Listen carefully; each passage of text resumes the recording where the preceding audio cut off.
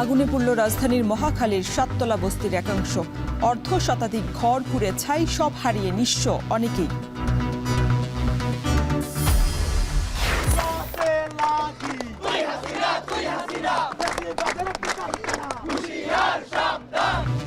পুলিশের উপর হামলার প্রতিবাদে মধ্যরাতে উত্তাল ঢাকা বিশ্ববিদ্যালয়ে। লাকি আক্তারকে গ্রেপ্তারের শিক্ষার্থীদের আল্টিমেটাম।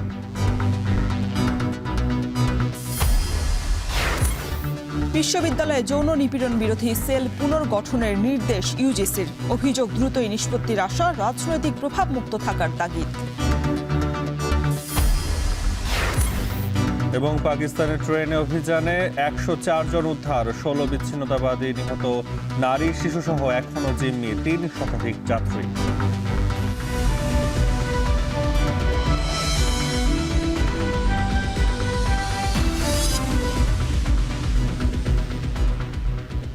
স্বাগত। এখন বাজারে পুরো আয়োজনে আপনাদের সঙ্গে আছে আমরা দুজন, আমি তাসমান নাফি এবং আমি শরীফ রওশন।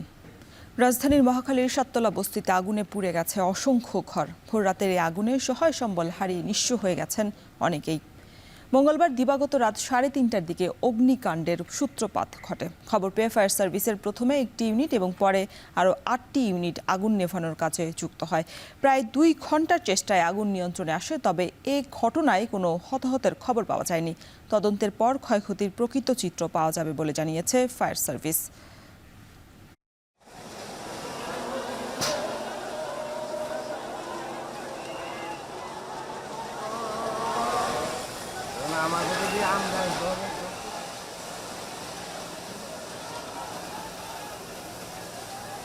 তিনটা 40 মিনিটের সময় আমরা মেসেজ পাই। তো এই মেসেজ পাওয়ার সাথে সাথে আমাদের নিয়ারেস্ট যে fire station, Tejgaon fire station, সেটা আসে। সেখান থেকে 3টে ইউনিট আসে প্রথম। আসার পর আগুনের ভয়াবহতা যখন দেখছে, ভয়াবহতা দেখে তারা এই ফার্স্ট রেসপন্ডিং অফিসার সাহায্য চাইলে পর্যায়ক্রমে আমাদের 5টা স্টেশন থেকে মোট 12টি ইউনিট আসে। এই বিষয়ে আমরা সবশেষ পরিস্থিতি জানতে সাততলা বস্তি থেকে আমাদের সাথে এই মুহূর্তে যুক্ত হচ্ছেন সহকর্মী রাব্বি হোসেন।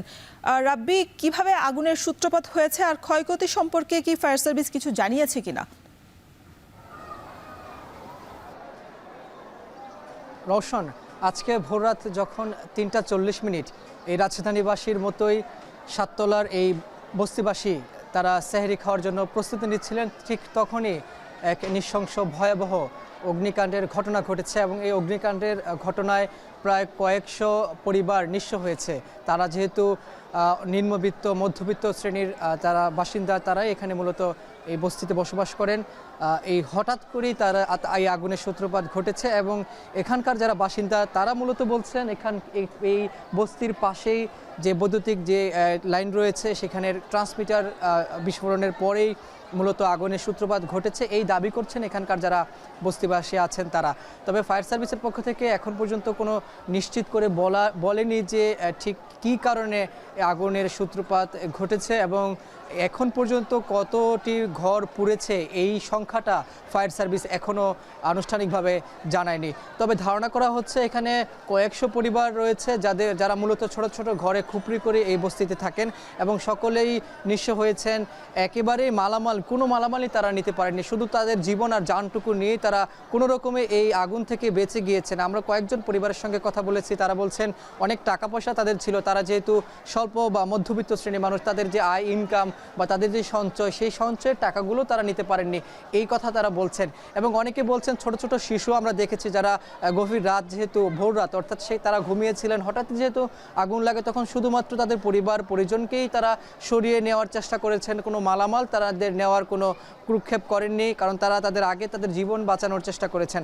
এবং তবে কতটি ঘর পুড়েছে সেই বিষয়টি এখন পর্যন্ত নিশ্চিত করে বলা যাচ্ছে না। তবে প্রত্যেকটি ঘর যেহেতু পুড়ে গিয়েছে, অনেক টাকার ক্ষয়ক্ষতি হয়েছে এটা ধারণা করা হচ্ছে। এবং ক্ষয়ক্ষতির পাশাপাশি এখানে হতাহতের ঘটনা কিন্তু এখন পর্যন্ত শোনা যায়নি, বা কেউ এখন পর্যন্ত নিহত বা আহত হয়েছেন বা অগ্নিকাণ্ডে দগ্ধ হয়েছেন এই খবরটাও তার আসলে পাওয়া যায়নি। তবে ক্ষয়ক্ষতি হয়েছে, সেই ক্ষয়ক্ষতির পরিমাণ আনুষ্ঠানিকভাবে ফায়ার সার্ভিস বলেছেন যে জানাবেন, যে একটা তদন্ত কমিটি গঠন করা হবে, সেই তদন্ত কমিটির মাধ্যমে তাদেরকে জানানো হবে যে ঠিক কত টাকা বা কি পরিমাণ ঘর এখানে পুড়েছে। তবে একেবারে নিঃস্ব বলা চলে, একেবারে ছাই হয়ে গিয়েছে পুরে প্রত্যেকটি ঘরে। অর্থাৎ তাদের যে ছোট ছোট যে ঘরগুলো রয়েছে, সঞ্চয়গুলো রয়েছে, সেই সঞ্চয় তাদের সেই সঞ্চয়ের সব কিছুই তারা হারিয়েছেন। এবং এই নিঃস্ব পরিবারগুলো বলছেন তাদের এখন একটাই আসলে দাবি সরকারের কাছে, যে তাদেরকে পুনর্বাসন যাতে করা হয় বা তাদের যাতে এই যে ক্ষতি হয়েছে সেই ক্ষতি যাতে পূরণের জন্য তারা রাষ্ট্রীয়ভাবে বা সরকার যাতে তাদের যাতে সহযোগিতা করে, সেই দাবি তারা এখানকার যারা এই ক্ষতিগ্রস্ত পরিবারগুলো রয়েছেন তারা বলছেন। এই ছিল আমার কাছে সাততলা বস্তি থেকে সবশেষ খবর। মহাখালীর সাততলা বস্তিতে আগুনে পুড়ে ছাই হয়ে গেছে অসংখ্য ঘর, সেই খবরই জানাচ্ছিলেন আমাদের সহকর্মী রাব্বি হোসেন। পুলিশের ওপর হামলার প্রতিবাদ এবং গণজাগরণ মঞ্চের সংগঠক লাকি আক্তারকে গ্রেপ্তারের দাবিতে মধ্যরাতে বিক্ষোভ করেছে ঢাকা বিশ্ববিদ্যালয়ের শিক্ষার্থীরা। তারা বলেন 2013 সালে 71-এর যুদ্ধাপরাধীদের বিচারের নামে গণজাগরণ মঞ্চ তৈরি করে দেশে বিচারহীনতা কায়েম করেছিলেন শেখ হাসিনা। পুলিশের ওপর পরিকল্পিত হামলার মাধ্যমে দেশে আবারও দ্বিতীয় গণজাগরণ মঞ্চ তৈরি করার চেষ্টা করলে রুখে দিবে এই ছাত্র সমাজ। বিস্তারিত প্রতিবেদনে। স্লোগানে স্লোগানে মধ্যরাতে উত্তাল ঢাকা বিশ্ববিদ্যালয়। বিভিন্ন হল থেকে মিছিল নিয়ে রাজু ভাস্কর্য হয়ে শাহবাগ প্রজন্ম চত্বরে অবস্থান নেয় শিক্ষার্থীরা। ধর্ষণ বিরোধী পদযাত্রায় পুলিশের উপর হামলার প্রতিবাদে বিক্ষোভ মিছিলের ডাক দেয় ঢাকা বিশ্ববিদ্যালয়ের শিক্ষার্থীরা। মিছিল থেকে উঠে আসে গণজাগরণ মঞ্চের এক সময়ের অন্যতম সংগঠক লাকি আক্তারকে গ্রেপ্তারের দাবি। শিক্ষার্থীরা বলেন, ফ্যাসিস্ট শেখ হাসিনার হাত থেকে মুক্তি পেয়ে দেশ যখন মাথা তুলে দাঁড়াচ্ছে, তখনই পরিকল্পিতভাবে দেশকে নিয়ে ষড়যন্ত্র করছে শাহবাগ কায়েমে সচেষ্টরা। তাদের ষড়যন্ত্রের প্রথম ধাপ পুলিশের উপর পরিকল্পিত হামলা। এটি হচ্ছে সেই কালচার, যে কালচারে 2013 সালে ফ্যাসিবাদী শাহবাগীরা বলেছিল আমরা বিচার চাই না, আমরা ফাঁসি চাই। তো আমরা এই ধরনের কোনো বিচারহীনতার সংস্কৃতি এই বাংলাদেশে আমরা দেখতে চাই না। বিভিন্নভাবে ইন্টেরিয়াম সরকারকে ফাঁদে ফেলার জন্য, ইন্টেরিয়াম সরকারকে বিপদে ফেলার জন্য বিভিন্নভাবে তারা চক্রান্ত করে যাচ্ছে। শিক্ষার্থীরা বলেন, 71-এর যুদ্ধাপরাধীদের বিচারের নামে 2013 সালে গণজাগরণ মঞ্চ তৈরি করে দেশে বিচারহীনতা কায়েমের মাধ্যমে ফ্যাসিবাদ আরও শক্তিশালী করেছিল শেখ হাসিনা। দ্বিতীয় গণজাগরণ মঞ্চ তৈরি করে আবারও ফ্যাসিবাদ কায়েমের চেষ্টা করলে রুখে দেবে ছাত্র সমাজ। যে কুখ্যাত সন্ত্রাসী লাকি আক্তার আজকে পুলিশ আমরা নেতৃত্ব দিয়েছে, তাকে অনতি বিলম্বে গ্রেফতার করতে হবে। যদি তাকে গ্রেফতার করা না হয় দ্রুত সময়ের মধ্যে, আমরা ছাত্র সমাজ আবার রাজপথে ফিরে আসবো। ছাত্র ইউনিয়নের সাবেক নেত্রী লাকি আক্তারকে আওয়ামী লীগের নানা অপকর্মের সঙ্গী উল্লেখ করে 24 ঘন্টার মধ্যে তার গ্রেফতারের দাবি করেন শিক্ষার্থীরা। একই দাবিতে গভীর রাতে যাত্রাবাড়িতেও বিক্ষোভ করে বিভিন্ন মাদ্রাসার শিক্ষার্থীরা। ওমর ফারুক, এখন, ঢাকা। বিশ্ববিদ্যালয় মঞ্জুরি কমিশন দেশের সব বিশ্ববিদ্যালয়ে নতুন করে যৌন নিপীড়ন বিরোধী সেল গঠনের নির্দেশ দিয়েছে। ফলে পূর্বের অনেক নিষ্পত্তি না হওয়া অভিযোগের সমাধান হবে বলে আশা কর্তৃপক্ষের। রাজনৈতিক প্রভাবমুক্ত থেকে এসব সেলের কাজ করা এবং শিক্ষার্থীদের হয়রানি এড়ানোর বিষয়টিও নিশ্চিত করা হবে। বিস্তারিত তাসফিয়া উখরোজের প্রতিবেদনে।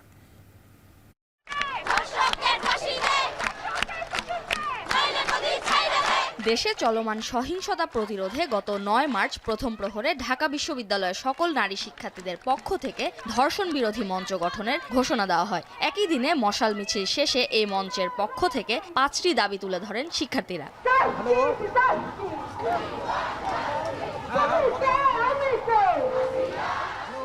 5 দাবির দ্বিতীয় দফায় সব শিক্ষা প্রতিষ্ঠান ও কর্মক্ষেত্রে নারী ও শিশু নিপীড়ন বিরোধী সেল গঠনের কথা বলা হয়েছে। এতে নতুন করে আলোচনায় যৌন নিপীড়ন বিরোধী সেল। বিশ্ববিদ্যালয় শিক্ষার্থীরা বলছেন, যৌন নিপীড়ন বিরোধী সেলের বিষয়টি জানেন না অনেকেই।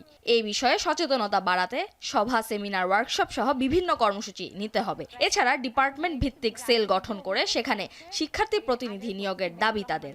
যারা ক্ষমতায় থাকে আমরা দেখি যে তাদের একটা লেজুর বৃত্তি শুরু হয়ে যায়। তো সেই ক্ষমতাসীন শিক্ষকরা যেন কোনোভাবে তাদের এই ঔদ্ধত্যপূর্ণ আচরণটা না দেখাতে পারে। আমরা অনেকেই জানি না যে ক্যাম্পাসে একটা যৌন নিপীড়ন বিরোধী সেল আছে। এটা যে প্রত্যেক শিক্ষার্থীদের জানানো, প্রশাসনের এই ব্যবস্থাটা অবশ্যই নেওয়া উচিত। যৌন নিপীড়ন বিরোধী সেল সংশ্লিষ্টরা বলছেন, নতুন করে কাজ শুরু করা হলে আগের অভিযোগগুলোরও যথাযথ ব্যবস্থা নেওয়া যাবে। যে পুরনো যে কমিটি ছিল, যেহেতু ওনারা ওটাকে রিজলভ করেননি বা কোনো কনক্লুশন বা ডিসিশন দেননি, সেই জন্য এগুলো পেন্ডিং অবস্থায় রয়ে গেছে। তো আমাদের ক্ষেত্রে যেটা হবে, হয়তো বা আমরা এটাকে অবশ্যই যখন কেসটা আমাদের কাছে আসবে, আমরা পুনরায় আমাদের মতো করে জিনিসটাকে যাচাই বাছাই করেই পরবর্তী কাজগুলো করব। আমরা ফ্যাক্টস অনুযায়ী যে পদক্ষেপ নেওয়া দরকার সেই পদক্ষেপ নিব। আর কর্মকর্তা কর্মচারী শিক্ষকবৃন্দ বা যেই জড়িত থাকুক, যদি সেটা প্রমাণিত হয় তাহলে এখানে সর্বোচ্চ যে পদক্ষেপ নেওয়া দরকার সেটা ইনশাল্লাহ আমরা নিব। দেশের ৪৫টি পাবলিক এবং ৯৭টি বেসরকারি বিশ্ববিদ্যালয় এই সেল গঠিত ছিল। এছাড়াও দেশের কয়েকটি বিশ্ববিদ্যালয়ে নতুন সেল গঠন করা হলেও বাকিগুলোতে চিঠি পাঠিয়েছে ইউজিসি। রাজনৈতিক ও দলীয় আনুগত্যের ঊর্ধ্বে থেকে নতুন এই সেলগুলো কাজ করবে বলে আশা অধ্যাপক তানজিম উদ্দিন খানের। এখন আপাতত আমরা অ্যাসেসমেন্ট করতে চাচ্ছি যে কি অবস্থায় আছে, এবং আমরা ভাবছি আমরা বিশ্ববিদ্যালয়ের যারা উপাচার্যের দায়িত্বে আছেন তাদেরকে নিয়ে আমরা বসবো। শিক্ষার্থীরা যাতে কোনোভাবেই হয়রানির শিকার না হন সে ব্যাপারেও খেয়াল রাখার আশ্বাস দেন এই ইউজিসি সদস্য। ঠিক কী ধরনের পদক্ষেপের মাধ্যমে নারীদের উপর ঘটতে থাকা এই হেনস্থার বন্ধ সম্ভব তার নিয়ে সুনির্দিষ্ট উত্তর নেই কারো কাছেই। তাই তো প্রশ্নের বেড়াজাল থেকেই যায়। নারীদের এই হেনস্থা বন্ধে অর্থনৈতিক ও সামাজিক ক্ষমতায়ন নিশ্চিতের পাশাপাশি সার্বিক দৃষ্টিভঙ্গির পরিবর্তনেরও প্রয়োজন রয়েছে কিনা। তাজফিয়া উখরোজ, এখন, ঢাকা। পণ্য বোঝাইয়ের ৭২ ঘণ্টায় চট্টগ্রাম বন্দরের জলসীমা ত্যাগের নির্দেশনার পরও লাইটারেজ জাহাজের সংকট কাটেনি। সংশ্লিষ্টরা বলছেন, আমদানিকারকরা বন্দরের জলসীমায় নয়, খালাস পয়েন্টেই বিভিন্ন ঘাটে লাইটারেজ জাহাজকে ভাসমান গুদাম বানিয়ে রেখেছেন। সেই সঙ্গে সম্পদ বাজেয়াপ্ত কিংবা দুদক মামলায় ভয়ে পলাতক এমপি সহ অনেকেই জাহাজ কেটে শিপইয়ার্ডে বিক্রি করে দিয়েছেন। তবে বন্দরের ইয়ার্ডে কন্টেইনার ফেলে রাখলে ৪ গুণ বেশি ভাড়া নেয়ার ঘোষণায় কমেছে কন্টেইনার জোট। আরও জানাচ্ছেন হাজিরা শিবলি। চট্টগ্রাম বন্দরে বড় জাহাজে আসা গম, সার, সিমেন্ট ক্লিংকার, পাথর, চিনি সহ বিভিন্ন খোলা পণ্য বহির্নোঙরে ছোট লাইটারের জাহাজের মাধ্যমে খালাস হয়। পরে সেগুলো নদী পথে যায় দেশের বিভিন্ন স্থানে। চট্টগ্রাম থেকে ১৮০০ লাইটারের জাহাজ নদী পথে বিভিন্ন গন্তব্যে পণ্য পরিবহন করলেও সম্প্রতি লাইটারের জাহাজের সংকট প্রকট হয়ে ওঠে। অসাধু আমদানিকারকরা লাইটারের জাহাজকে ভাসমান গুদাম হিসেবে ব্যবহার করছে, এই অভিযোগ ওঠার পর তৎপর হয় চট্টগ্রাম বন্দর ও নৌ পরিবহন অধিদপ্তর। পণ্য জাহাজে লোড করার ৭২ ঘণ্টার বেশি বন্দরের জলসীমায় অবস্থান করলে আইনগত ব্যবস্থা নেয়ার নির্দেশনা দিলেও সংকট কাটেনি এখনো। এতে মাদার ভেসেল থেকে পণ্য খালাসের সময় বেশি লাগায় ক্ষতিগ্রস্ত হচ্ছেন সব পক্ষই। বিরূপ প্রভাব পড়ছে পণ্য সরবরাহ ব্যবস্থায়ও। এখন কিন্তু লাইটার পাওয়া যাচ্ছে না, যার জন্য জাহাজের পারফরমেন্স কমে যাচ্ছে, জাহাজের ওয়েটিং বেড়ে যাচ্ছে। এখন দেখা যাচ্ছে শত শত লাইটার ভেসেল গোডাউন হিসেবে ভাসতেছে। যে জাহাজে 4টা লাইটারের কাজ করার সক্ষমতা রাখে, সে যদি 2টা পায় তাহলে তার পারফরমেন্স 50 হয়ে যাচ্ছে, আর যার 3টার জন্য সে যদি 2টা পায় তার পারফরমেন্স কিছুটা কমে যাচ্ছে। সো এটা হচ্ছে যে এটা যদি এরকম থাকে তাহলে হয় কি জাহাজের কস্ট বেড়ে গেলে প্রোডাক্টের উপরই কিন্তু আলটিমেট কস্টটা পড়বে। লাইটারের জাহাজ ব্যবসায়ীরা বলছেন, কর্ণফুলী নদী বা বন্দর চ্যানেল নয়, গন্তব্যস্থলেই বিভিন্ন ঘাটে আমদানিকারকরা লাইটারের জাহাজগুলোকে ভাসমান গুদাম হিসেবে ব্যবহার করছেন। এছাড়া মামলার ভয়ে পলাতক ও সাবেক মন্ত্রী, এমপি ও ব্যবসায়ীদের অনেকেই জাহাজ কেটে শিপইয়ার্ডে বিক্রি করে দেওয়ায় সংকট বেড়েছে। ফলে ১৮০০ থেকে লাইটারের জাহাজের সংখ্যা কমে দাঁড়িয়েছে ৯০০-তে। আনলোড পয়েন্ট যেটা আছে, খালাস পয়েন্ট, গন্তব্যে সেখান থেকে মালটা খালাস করতেছে না। এবং আরেকটা জিনিস আছে, ইম্পোর্টার তার নিজের জাহাজটাকে মাসে 4-5 ট্রিপ করে আপনার জাহাজটাকে ভাসমান গুদাম বানিয়ে রাখছে। আগে ১৮০০ জাহাজ ছিল, চট্টগ্রাম চলতো, এখন ৯০০-র মতো জাহাজ কর্তন করা হয়েছে, যার জন্য এই ৯০০ ঘাটতি হয়েছে। এখন এই ৯০০ যে ৯০০ জাহাজ এখন আছে সেগুলি দিয়ে এখন চট্টগ্রাম বন্দর থেকে সব জায়গায় মাল নিয়ে যদি দ্রুত খালি করা হয় তাহলে এই সংকট থাকবে না। এদিকে লাইটারের জাহাজের সংকট নিরসনে সাগরে যৌথ অভিযান পরিচালনা করছে কোস্ট গার্ড ও নৌ পরিবহন অধিদপ্তর। গত 1 মাসে প্রায় 1000 জাহাজে অভিযান চালানো হয়। গত 11 ফেব্রুয়ারি হতে অদ্যাবধি আমরা প্রায় 1085টি লাইটার জাহাজ যে আরোহণ করেছি, এবং এর মধ্যে যেগুলো হচ্ছে ভোগ্যপণ্য এবং ভোজ্য তেল নিয়েছিল তারা যাতে 72 ঘন্টার অধিক থাকতে না পারে সেজন্য আমরা কার্যব্যবস্থা গ্রহণ করেছি। চট্টগ্রাম বহির্নোঙর বিশেষত তারা যাতে কেউই ভাসমান গুদামে পরিণত না হয়ে থাকতে পারে সেই জন্য আমরা যথাযথ কার্যব্যবস্থা গ্রহণ করছি। সম্প্রতি পণ্য খালাস না করায় বন্দর ইয়ার্ডেও কন্টেনার জট দেখা দেয়। সংকট নিরসনে 10ই মার্চ থেকে 4 গুণ বাড়তি মাসুল আদায়ের পরিপত্র জারি করে চট্টগ্রাম বন্দর। এ নির্দেশনায় কন্টেনার ডেলিভারি বাড়ায় পরিস্থিতি উন্নতি হয়েছে বলে দাবি বন্দর কর্তৃপক্ষের। হাজারা শিউলি, এখন চট্টগ্রাম। 28 ফেব্রুয়ারি শেষ হয়েছে আমন মৌসুমের ধান চাল সংগ্রহ অভিযান, কিন্তু এবারও সংগ্রহ অভিযান সফল করতে পারেনি বগুড়া খাদ্য বিভাগ। এমনকি জেলার 12 উপজেলার মধ্যে 10 উপজেলা থেকে সংগ্রহ করা যায়নি কোনো ধান। পূরণ হয়নি চাল সংগ্রহের লক্ষ্যমাত্রাও। মাজিদুর রহমানের প্রতিবেদনে বিস্তারিত। গেল বছরের 17 নভেম্বর থেকে শুরু হয় আমন মৌসুমে ধান চাল সংগ্রহ অভিযান, চলে 28 ফেব্রুয়ারি পর্যন্ত। এ সময় বগুড়ায় ধান সংগ্রহের কথা ছিল 12,610 টন, যেখানে সংগ্রহ হয়েছে মাত্র 81 টন। এর মধ্যে জেলার 12 উপজেলার 10টি থেকে কোনো ধান সংগ্রহ করতে পারেনি খাদ্য বিভাগ। আর চালের 32,000 টনের জায়গায় সংগ্রহ হয়েছে 24,075 টন। কৃষকরা জানান, সরকারের নির্ধারিত দামের চেয়ে বাজারে বেশি দাম পাওয়ায় খাদ্য গুদামে ধান চাল দেননি তারা। সরকার খাদ্য গুদামের জন্য যে মূল্য নির্ধারণ করে ধানের, তার চাইতে বাজারে মূল্য অনেক বেশি থাকে, যে কারণে আমরা সাধারণত সরকারকে না দিয়ে বাজারে বিক্রি করি। তবে চালকল মালিকদের দাবি, লাইসেন্স বাতিল ও জরিমানা এড়াতে কেজিতে 5 থেকে 60 টাকা লোকসানে চাল দিয়েছেন তারা। আর মির মালিক সমিতির অভিযোগ, প্রতি বছর বাজার ও সরকারি দরে অসমতায় ব্যর্থ হচ্ছে সরকারের খাদ্য সংগ্রহ অভিযান। যদি দামের সাথে বিবেচনা করা না হয়, তাহলে মিলগুলো রক্ষা করা সম্ভব হবে না। ব্যবসাগুলো পুরো কর্পোরেট ব্যবসার হাতে চলে যাবে। কর্পোরেট ব্যবসায়ীগুলি তাদের ইচ্ছা মতো দাম বৃদ্ধি করে। বাছাই করার পর 25 কেজি চাউল হয়, 25 কেজি চাউল বাজার এসে পরে দেখা যাবে 58 টাকা।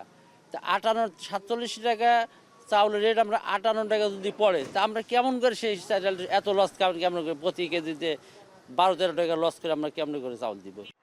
এমন অবস্থায় আগামীতে বাজারের সাথে সমন্বয় করে দাম নির্ধারণের কথা জানান জেলা খাদ্য কর্মকর্তা। সরকার নির্ধারিত যে দর ছিল, সে দরের তুলনায় বাজার দর ছিল তুলনামূলক বেশি, যার জন্য কৃষকদের তারা মাঠে এবং বাজারে, লোকাল যে বাজার আছে সেখানে দাম ভালো পেয়েছেন। আগামীতে হয়তো সরকার আরও সুচিন্তিতভাবে এই দরটি নির্ধারণ করবেন এবং আশা করছি যে আগামী মৌসুমে এবার যে সমস্যাগুলো হয়েছে সেগুলো আর থাকবে না। গেল মৌসুমে প্রতি কেজি ধান 33 এবং সিদ্ধ চালের দাম নির্ধারণ করা হয়েছিল 47 টাকা, যেখানে হাট বাজারে মৌসুমের শুরু থেকেই প্রতি কেজি ধান 35 থেকে 38 এবং চাল বিক্রি হয়েছে 50 থেকে 52 টাকায়। মাজিদুর রহমান, এখন বগুড়া। পাকিস্তানের বেলুচিস্তানের নিরাপত্তা বাহিনীর রাতভর অভিযানে শতাধিক আরোহী উদ্ধার হলেও অবসান ঘটেনি ট্রেন ছিনতাই এবং জিম্মি দশার। এখনও জিম্মি নারী, শিশু এবং অন্তত 80 সেনা কর্মকর্তা সহ 300 থেকে 400 মানুষ। নিরাপত্তা বাহিনীর সাথে বন্দুক যুদ্ধে নিহত হয়েছে কমপক্ষে 16 জন বিচ্ছিন্নতাবাদী। আরও জানাচ্ছেন নুজহাত কামাল। বোমা বিস্ফোরণে রেললাইন উড়িয়ে দিয়ে চলন্ত যাত্রীবাহী ট্রেন থামতে বাধ্য করা, এরপর নির্বিচার গুলি চালিয়ে শত শত মানুষকে জিম্মি করা, সিনেমার দৃশ্য বলে মনে হলেও এমনই অবিশ্বাস্য হামলার সাক্ষী হল পাকিস্তান। বেলুচিস্তান প্রদেশের রাজধানী কোয়েট্টা থেকে খাইবার পখতুনখোয়ার পেশওয়ারে যাওয়ার পথে মঙ্গলবার বিকালে ছিনতাই হয় যাত্রীবাহী জাফর এক্সপ্রেস। রাত পেরিয়ে বুধবার সকাল পর্যন্ত ঘটেনি জিম্মি দশার অবসান। মোট কত যাত্রীকে জিম্মি করা হয়েছে তার সঠিক সংখ্যা জানায়নি পুলিশ। 9টি বগিতে 400 থেকে 500 যাত্রী ছিল বলে জানিয়েছে জিও, ডন সহ স্থানীয় সব সংবাদ মাধ্যম। যদিও নারী, শিশু সহ 214 জনকে আটকে রাখার দাবি করেছে হামলাকারী বিচ্ছিন্নতাবাদীরা, হুমকি দিয়েছে একে একে আরোহীদের হত্যা করার। ছিনতাইকৃত ট্রেনটি সুড়ঙ্গে আটকে আছে। গুরুতর আহত হওয়ার পর সেখানেই মারা গেছেন চালক। নিরাপত্তা বাহিনীর রাতভর অভিযানে শতাধিক আরোহী জীবিত উদ্ধার হলেও অনেকেই আহত হয়ে হাসপাতালে চিকিৎসাধীন। বন্দুকযুদ্ধে নিহত হয়েছে হামলাকারীদের একটি অংশ, বাকিদের ঘিরে রেখেছে নিরাপত্তা বাহিনী। চলমান অভিযান বন্ধ না হলে 10 জনকে তাৎক্ষণিক হত্যার হুমকি দিয়েছে বিচ্ছিন্নতাবাদী বেলুচ লিবারেশন আর্মি। জানা গেছে, আন্তর্জাতিক পরিষেবার মাধ্যমে স্যাটেলাইট ফোন ব্যবহার করে যোগাযোগ করছে হামলাকারীরা। বেলুচ রাজনৈতিক বন্দী, অধিকার কর্মী এবং সেনাবাহিনীর অপহরণ ও গুমের শিকার ব্যক্তিদের 48 ঘণ্টার মধ্যে মুক্তি দেওয়ার দাবি হামলাকারী গোষ্ঠীটির। নির্দিষ্ট সময়ের মধ্যে দাবি পূরণ না হলে কিংবা ট্রেনের ভেতরে সেনাবাহিনী প্রবেশ বা অভিযানের চেষ্টা চালালে সকল জিম্মিকে হত্যা এবং পুরো ট্রেন উড়িয়ে দেওয়ার হুমকিও দিয়েছে বিচ্ছিন্নতাবাদীরা। আফগানিস্তান ও ইরান সীমান্তবর্তী বেলুচিস্তানের স্বাধীনতাকামী গোষ্ঠীটির দাবি, জিম্মিদের মধ্যে পাকিস্তানের সেনাবাহিনী ও অন্যান্য নিরাপত্তা বাহিনীর সদস্যরাও আছেন। অন্তত 30 সেনা সদস্যকে হত্যা এবং একটি ড্রোন ভূপাতিত করার দাবি বিচ্ছিন্নতাবাদীদের। নিরাপত্তা সূত্রের বরাতে বার্তা সংস্থা রয়টার্স জানিয়েছে, জিম্মিদের মধ্যে সেনা কর্মকর্তাই আছে 80 জন। অর্ধশত জিম্মিকে এরই মধ্যে দুর্গম পাহাড়ে সরিয়ে নেওয়া হয়েছে বলে জানিয়েছে কর্তৃপক্ষ। বাকিরা আছেন ট্রেনের ভেতরেই।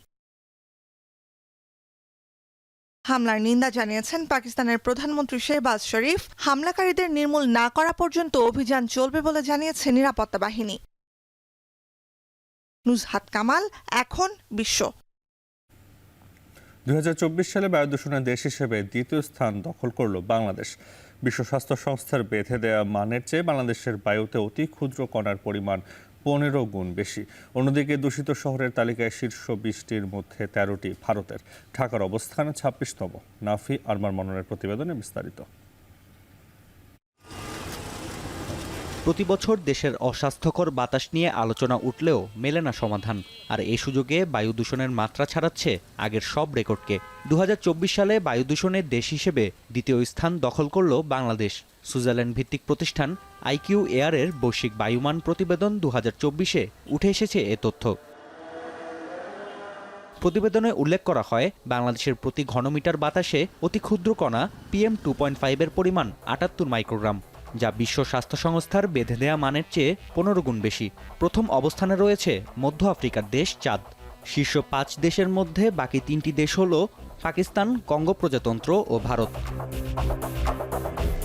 অন্যদিকে 2024 সালের দূষিত শহরের তালিকায় শীর্ষস্থান দখল করেছে আসামের বির্নিহাট। গেল বছর শহরটির প্রতি ঘনমিটার বাতাসে PM2.5 এর পরিমাণ ছিল 128.2 মিলিগ্রাম, যা স্বাভাবিকের চেয়ে 25 গুণ বেশি। এরপরেই ভারতের দিল্লির অবস্থান। শীর্ষ 20 দূষিত শহরের মধ্যে 13টি ভারতের, পাকিস্তানের শহর 6টি, কাজাখস্তান, চাঁদ ও চীনের শহর রয়েছে একটি করে। এ তালিকায় ঢাকার অবস্থান 26তম। অতি ক্ষুদ্র কণার পরিমাণ বিশ্ব স্বাস্থ্য সংস্থার গাইডলাইন অনুযায়ী বেঁধে রাখতে পেরেছে অস্ট্রেলিয়া, নিউজিল্যান্ড ও এস্তোনিয়া সহ 7টি দেশ। অন্যদিকে অনুসরণকারী শহরের হার ছিল 17%। অতি ক্ষুদ্র কণা PM2.5 রক্তের সঙ্গে মিশে মানবদেহের বিভিন্ন অঙ্গ প্রত্যঙ্গ ধ্বংস করে। উচ্চ রক্তচাপের অন্যতম কারণ দূষিত বায়ু। WHO এর পরিসংখ্যান অনুযায়ী বায়ু দূষণের কারণে প্রতিবছর প্রাণ হারান প্রায় 70 লাখ মানুষ। নাফি আরমান মনন, এখন বিশ্ব।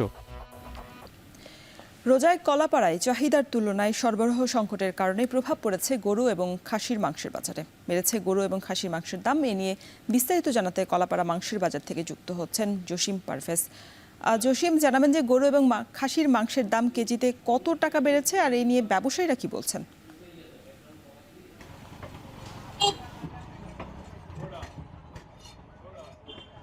রোশন, আপনি জানেন যে পবিত্র মাহে রমজান শুরু হওয়া থেকেই কিন্তু উপকূলীয় অঞ্চলে যে দেশীয় যে গরু এবং খাসি বা বকরি রয়েছে তা সংকটে দেখা দিয়েছে এবং একই সঙ্গে এই বাজারজাত অনেকটাই কমেছে। সে কারণেই কিন্তু এই যে সকল কসাই এবং যারা গরু ছাগল মাংসের বেচা বিক্রি এবং বাণিজ্য করেন তাদের মাঝেও কিছুটা সরবরাহ কম দেখা গেছে। সে কারণেই কিন্তু আজ এই নাচনাপাড়া পাইকারি মাংস বাজারে খাসির মাংস প্রতি কেজি বিক্রি হচ্ছে 1100 টাকা, যা গত মাসেও ছিল 900 টাকা, এবং বকরির মাংস বিক্রি হচ্ছে 900 টাকা কেজি। তো এই ছিল খাসির মাংসের অবস্থা। এবং যে এখানকার যে দেশি গরু রয়েছে সেই দেশি গরু সেটি সরবরাহ কম থাকায় সেটির দামও বেড়েছে। এখানে 50 টাকা প্রতি কেজিতে বেড়েছে। 1 কেজি গরুর মাংস, দেশি গরুর মাংস বিক্রি হচ্ছে 750 টাকা, এবং ফার্মের যে গরু রয়েছে সেই গরু মাংস প্রতি কেজি মাংস বিক্রি হচ্ছে 700 টাকা। 50 টাকা বেড়েছে প্রতি কেজিতেই। তো এখানকার যে যারা মাংস বিক্রেতা তারা বলছেন যে বাজারে গরু, দেশি গরু এবং ফার্মের গরু উভয়ই সংকট এবং সরবরাহ কম থাকায় মাংসের বাজারে দাম বেড়েছে, এমনটাই নিশ্চিত করেছে। এছাড়া যে এখানকার যে ভোক্তা রয়েছে তারা বলছেন যে রমজান উপলক্ষে মাংসের চাহিদা বাড়ার সঙ্গে সঙ্গে এখানকার যে ব্যবসায়ী রয়েছে তারাও মাংসের দাম বাড়িয়েছে এমনটি তারা অভিযোগ করেছেন, কিন্তু ব্যবসায়ীরা বলেছেন যে বাজারে গরু এবং খাসির সরবরাহ কম থাকায় মাংসের উপরও প্রভাব বিস্তার করছে, তাই মাংসের দাম বেড়েছে। এই ছিল আমার কাছে সবশেষ দর্শন। মাংসের বাজার পরিস্থিতি জানাতে পটুয়াখালীর কলাপাড়া থেকে আমাদের সাথে যুক্ত ছিলেন সহকর্মী জসিম পারভেজ। 7 বছর আগে চুয়াডাঙ্গা পৌরসভায় ভূগর্ভস্থ পানি শোধনাগারের উদ্বোধন হলেও পানি সরবরাহ সম্ভব হয়নি। 10 কোটি টাকা ব্যয়ে নির্মিত শোধনাগারটি এখন ব্যবহারের অনুপযোগী হয়ে পড়ে যাচ্ছে। ফলে পৌর এলাকার সাধারণ মানুষ বিশুদ্ধ পানি থেকে বঞ্চিত হচ্ছেন বছরের পর বছর। পৌর কর্তৃপক্ষ বলছে লোকবল সংকটেই শোধনাগারটি চালু রাখা সম্ভব হয়নি। আরও জানাচ্ছেন অনিক চক্রবর্তী। চুয়াডাঙ্গা পৌর এলাকায় 10 কোটি টাকা ব্যয়ে 2014 সালের ডিসেম্বরে ভূগর্ভস্থ পানি শোধনাগারের নির্মাণ কাজ শুরু হয়। কাজ শেষ হয় 2017 সালের ডিসেম্বরে। 2020 সালের 20 অক্টোবর ওভারহেড ট্যাঙ্ক নির্মাণ কাজের উদ্বোধন করা হয়। উদ্বোধনী অনুষ্ঠানে বলা হয়েছিল 1 সপ্তাহের মধ্যে পৌরবাসীর দীর্ঘদিনের চাহিদা সুপেয় পানির সরবরাহ নিশ্চিত করা হবে। কিন্তু 7 দিন কালক্রমে 7 বছরে পরিণত হলেও বিশুদ্ধ পানির ব্যবস্থা পৌরবাসীর জন্য স্বপ্নই রয়ে গেছে। পৌর কর্তৃপক্ষ বর্তমানে যে পানি সরবরাহ করছে তা মাত্রাতিরিক্ত আয়রনযুক্ত, হলদেটে ও খাবার অযোগ্য বলে জানান স্থানীয়রা। সুপেয় পানির অভাবে দুর্ভোগে পৌর এলাকার 2 লাখ মানুষ। প্রতিদিন দুর্গন্ধযুক্ত পানি পান করতে হচ্ছে। আমরা চিনি বুঝে বিষ পান করছি। সকালে টাইমে টিপকল বন্ধ থাকে, যখন আমরা ছাড়ি তখনই আপনার অনেক আয়রন ধরে, বা এমন মাঝে মাঝে দুপুরের টাইমে পানি ধরাই যায় না, একভাবে মনে করেন আপনার আয়রন ধরে। প্রতিদিন আমাদের পানির জন্য সমস্যা হয়, কিন্তু আমরা পানি খেতে পারি না, রান্নার জন্য ব্যবহার করতে পারি না। এদিকে দীর্ঘ সময় বন্ধ থাকায় নষ্ট হয়েছে পানি শোধনাগারের switch valve, motor, reserve tank সহ মূল্যবান জিনিসপত্র। কাঠামোতে জমেছে শ্যাওলা। বছরের পর বছর তালাবদ্ধ থাকায় ভবনগুলোর অবস্থাও জরাজীর্ণ। এত দুর্গন্ধ, আমরা তো খেতেই তো পারি না এবং রান্নাও করতে পারি না। সুপেয় পানি পাওয়া নিশ্চিত করবে পৌর কর্তৃপক্ষ এবং সেটা সরবরাহ করবে, কিন্তু সেটা পৌরবাসী এখনো সেই ফলটা ভোগ করতে পারছে না। পানি শোধনাগার কবে চালু হবে এমন প্রশ্নে খরচ আর লোকবল সংকটের নানা অজুহাত দিলেন পৌরসভার এই কর্মকর্তা। এই প্রকল্পটা অত্যাধিক ব্যয়বহুল হয় এবং এখানে অত্যাধিক দক্ষ জনবলেরও প্রয়োজন। আমাদের পৌরসভায় আর্থিক সংকটের কারণে এবং দক্ষ জনবলের অভাবে আমরা প্রকল্পটা আসলে চালু করতে পারিনি। চুয়াডাঙ্গা পৌরসভায় কোনো ট্রিটমেন্ট প্ল্যান্ট না থাকায় আসলে আমরা আয়রন মুক্ত পানি জনগণকে সরবরাহ করতে পারছি। বর্তমানে 14টি পানির পাম্প হাউস থেকে পাইপলাইনের মাধ্যমে পৌর এলাকায় গ্রাহকদের পানি সরবরাহ করা হচ্ছে। দ্রুত সময়ের মধ্যে সুপেয় পানির ব্যবস্থা নিশ্চিত হবে এমনটাই প্রত্যাশা পৌরবাসীর। এখন চুয়াডাঙ্গা। বিশ্বের সবচেয়ে মজবুত আরএফএল ল্যাডার, যা 6061 গ্রেড অ্যালুমিনিয়ামে তৈরি। শক্তিশালী এমএস ক্রসবার নিশ্চিত করে সর্বোচ্চ নিরাপত্তা। RFL ladder. নেত্রকোনার হাওড়ে এবছর মিষ্টি কুমড়ার বাম্পার ফলন হলেও দাম পাচ্ছেন না কৃষকরা। গেল বছর কেজি প্রতি 15 থেকে 20 টাকা মিললেও এবার দাম অর্ধেকেরও কম। চাহিদা কমের অজুহাতে কম দামে মিষ্টি কুমড়া কিনছেন পাইকাররা। এতে উৎপাদন খরচও উঠছে না বলে অভিযোগ কৃষকদের। রিফাত আহমেদ রাসেলের প্রতিবেদন। নেত্রকোনার বিস্তৃত হাওরের অনাবাদি জমিগুলোতে এবার ব্যাপকভাবে আবাদ হয়েছে মিষ্টি কুমড়ার, তাই স্থানীয় বাজারগুলোতেও বেড়েছে সরবরাহ। চাষিরা বলছেন বাজারে পাইকারি পর্যায়ে প্রতি কেজি মিষ্টি কুমড়া বিক্রি হচ্ছে 7 থেকে 10 টাকায়, আর খুচরা পর্যায়ে বিক্রি হচ্ছে 20 টাকায়, যাতে উৎপাদন খরচ তুলতে হিমশিম অবস্থা কৃষকের। না বেচে তো করা কি, দাম তো কমে গেছে। সিটি লাগার যাইতে গাড়ি ভাড়া আছে, এরপরে আপনার এই মাপে একটু এই কারণে আমরা একটু বেশি করে বেচা লাগে। মৌসুম শেষে যে সকল সবজি এখন বাজারে আসছে তার দাম একেবারেই কম। মূলত বাজারের চাহিদার তুলনায় সরবরাহ বেশি থাকায় মিলছে না দাম। এই পরিস্থিতিতে মাঠ পর্যায়ের কৃষকদের অবস্থাই বা কেমন, চলুন দেখে আসা যাক। হাওড়ের কৃষক মতিউর রহমান লালন চলতি বছর 5 বন্ধু মিলে 16 একর জমিতে আবাদ করেছেন মিষ্টি কুমড়া। গত বছর একই জমিতে লাভবান হলেও এবছর দাম না থাকায় ক্ষতির শঙ্কায় তারা। সরকারের কাছে বা দেশের কাছে জানতে চাই কোন সেন্টিগ্রেডের কারণে আজকে এই ফসলের অবস্থা। আমরা প্রায় দ্বিগুণ আশা ছিল লাভ, কিন্তু এবছর দ্বিগুণ তো দূরের কথা, আসলে উঠবে না, প্রায় 2 থেকে 3 লাখ টাকা লস থাকবে। নেত্রকোনার মদন খালিয়াজুরি সহ হাওড়ের প্রায় 350 একর জমিতে মিষ্টি কুমড়ার আবাদ হয়েছে। কৃষকরা বলছেন জমি তৈরি বীজ সহ উৎপাদন খরচ প্রতিনিয়ত বাড়ছে, তবে সেই সাথে বাড়ছে না ফসলের দাম, ফলে ক্ষতির মুখে পড়তে হচ্ছে তাদের। সেই সঙ্গে পাইকাররা জমি থেকে কম দামে মিষ্টি কুমড়া কিনে বেশি দামে বাজারে বিক্রি করছেন বলেও অভিযোগ তাদের। আমরা প্রতি কেজিতে আমরা 12 থেকে 11 টাকা খরচ পড়ছে, এখন আমরা বিক্রি করতে হইতাছে আপনার 8 টাকা 6 টাকা 5 টাকা। কৃষকরা কি করবে ফসল তৈরি করে? কিন্তু লাভ আছে ভাই, শ্রমিকরা কাজ করে মাল পাইতে না, যার ফলে এরা খুব অভাবে আছে। কৃষি বিভাগ বলছে কৃষকরা যাতে ন্যায্য দাম পায় সেদিকে লক্ষ্য রাখা হচ্ছে। একই সঙ্গে হাওড়ের অনাবাদী জমিগুলো চাষের আওতায় আনতে মিষ্টি কুমড়া সহ বিভিন্ন সবজি চাষে উদ্বুদ্ধ করা হচ্ছে বলছেন এই কর্মকর্তা। থেকে যারা মিষ্টি কুমড়াগুলি কিনতে নিয়ে আসেন তাদের সাথে তাদের আগের থেকে একটা কন্ট্যাক্ট করা থাকে আর কি, এবং সেই ক্ষেত্রে এখানে আসলে মধ্যসূত্রী অথবা সুবিধাভোগী নেওয়ার জন্য খুব বেশি হাত বদলের সুযোগ নাই। অনেকটা কৃষকরা সরাসরি তাদের কাছে বিক্রি করে থাকেন, এবং যারা এখান থেকে কিনে নিয়ে যান তারা হয়তো নেওয়ার পরে ওইখানে তারা ভিন্ন ভিন্ন বাজারে নিয়ে হয়তো তারা বিক্রি করেন, সেটা হচ্ছে একটা ডিফারেন্ট ইস্যু। গেল বছর জেলায় মোট 720 হেক্টর জমিতে মিষ্টি কুমড়ার চাষ হয়, যেখান থেকে উৎপাদন হয় 23,000 মেট্রিক টন মিষ্টি কুমড়া। রিফাত আহমেদ রাসেল, এখন নেত্রকোনা। রাশিয়ার সাথে চলমান যুদ্ধে 30 দিনের অস্ত্রবিরতির প্রস্তাবে সম্মত হয়েছে ইউক্রেন। পাশাপাশি ইউক্রেনে গোয়েন্দা তথ্য এবং সামরিক সহায়তা বন্ধে যুক্তরাষ্ট্র যে নিষেধাজ্ঞা দিয়েছিল তাও তুলে নিতে যাচ্ছে ওয়াশিংটন। বৈঠকের পর যৌথ বিবৃতির মাধ্যমে বিষয়টি নিশ্চিত করেন দুই দেশের রাষ্ট্রপ্রধান। এর আগে চলমান যুদ্ধ বন্ধ এবং খনিজ চুক্তি নিয়ে সমঝোতায় পৌঁছাতে সৌদি আরবে আলোচনায় বসেন ইউক্রেন এবং যুক্তরাষ্ট্রের শীর্ষ কর্মকর্তারা। মার্কিন গণমাধ্যম বলছে গেল 28 ফেব্রুয়ারি ওভাল অফিসে ট্রাম্প জেলেনস্কির চূড়ান্ত বাগ বিতণ্ডার পর এবারই প্রথম দুই দেশের প্রতিনিধিরা বৈঠকের জন্য মিলিত হলেন। আল জাজিরার তথ্য বলছে বৈঠকে যুক্তরাষ্ট্রের প্রতিনিধিত্ব করেন জাতীয় নিরাপত্তা বিষয়ক উপদেষ্টা মাইক ওয়াল্টার্স এবং পররাষ্ট্রমন্ত্রী Marco Rubio.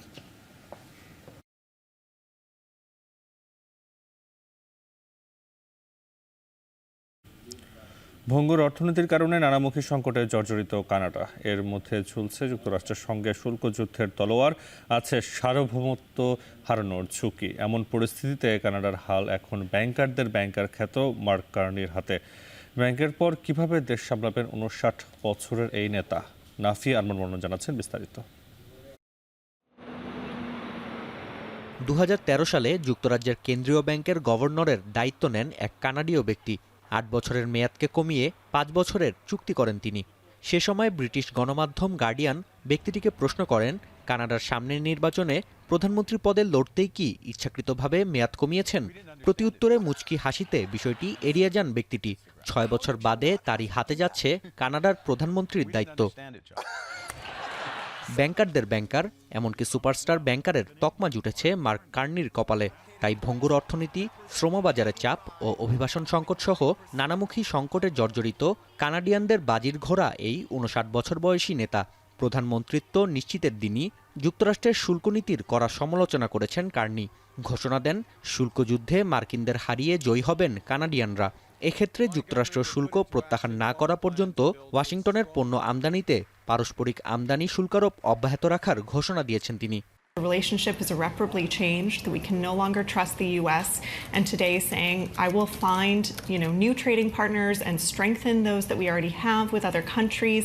I will also reduce internal trade barriers to try to strengthen Canada's economy. There's really been a huge shift in Canada away from thinking of the U.S. as its greatest ally and trading partner as to potentially even an adversary. COVID-19 মহামারীর পর থেকে কানাডায় বাড়ছে অভিবাসীদের চাপ। এক্ষেত্রেও সরব নবনিযুক্ত প্রধানমন্ত্রী। অর্থনীতিকে স্থিতিশীল রেখে অভিবাসন নীতি সংস্কারকে অগ্রাধিকার দিচ্ছেন মার্ক কার্নি। 2027 সাল নাগাদ অস্থায়ী নাগরিকত্ব 6.2% থেকে 5% নামিয়ে আনতে ট্রুডো সরকারের নীতিকে সমর্থন দিয়েছেন তিনি।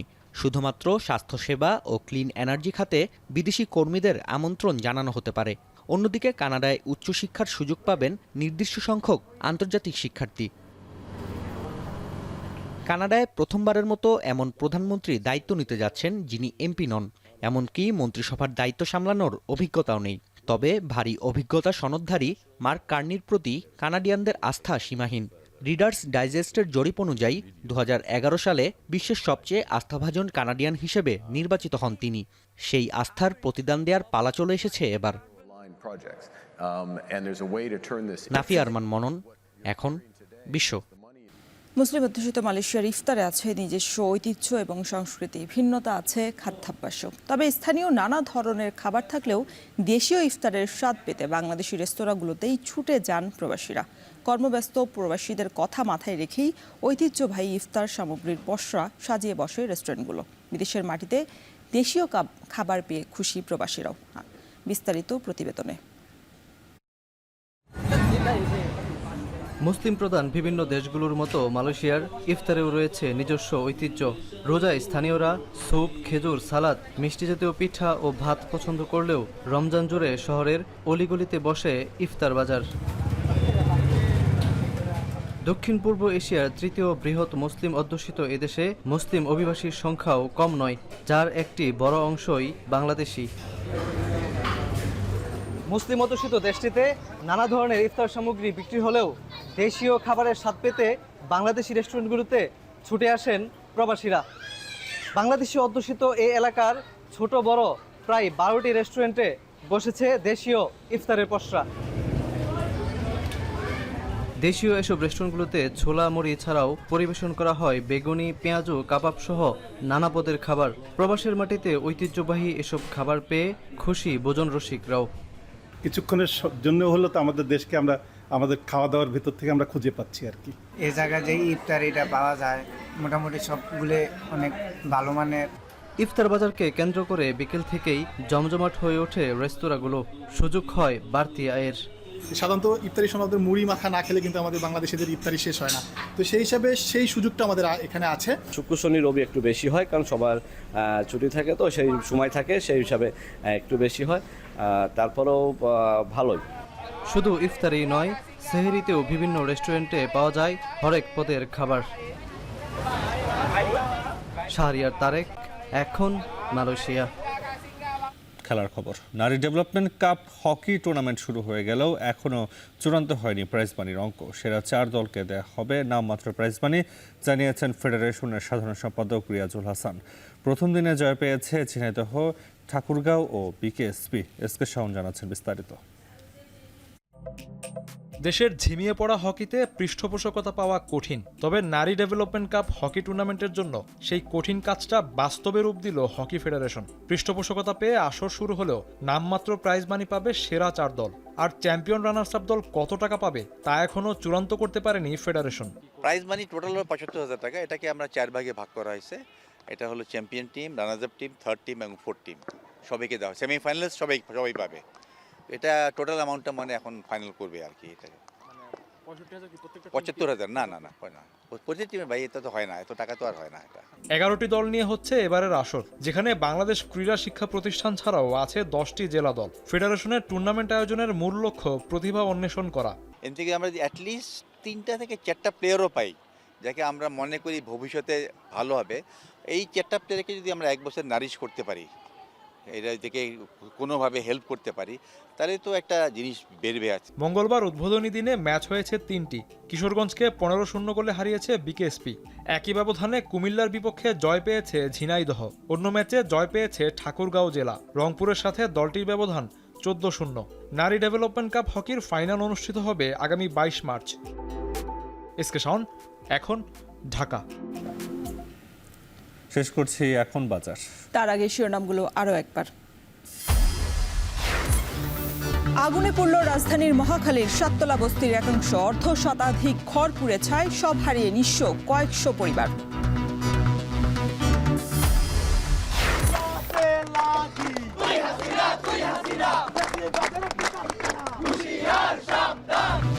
পুলিশের উপর হামলার প্রতিবাদে মধ্যরাতে উত্তাল ঢাকা বিশ্ববিদ্যালয়। ফ্যাসিবাদের দোসরদের গ্রেপ্তারের দাবি।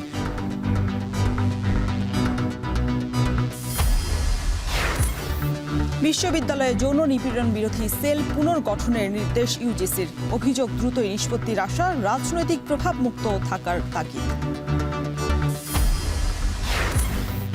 এবং পাকিস্তানের ট্রেনে অভিযানে 104 জন উদ্ধার, 16 বিচ্ছিন্নতাবাদী নিহত, নারী শিশুসহ এখনো জিম্মি 3 শতাধিক যাত্রী। এ ছিল এখন বাজার। এখন টেলিভিশন ওয়েবসাইটে দেখতে ভিজিট করুন www.ekon.tv। এছাড়া ফেসবুকে দেখতে ভিজিট করুন facebook.com/tv.ekon এবং ইউটিউবে দেখতে ভিজিট করুন youtube.com/c/ekontv।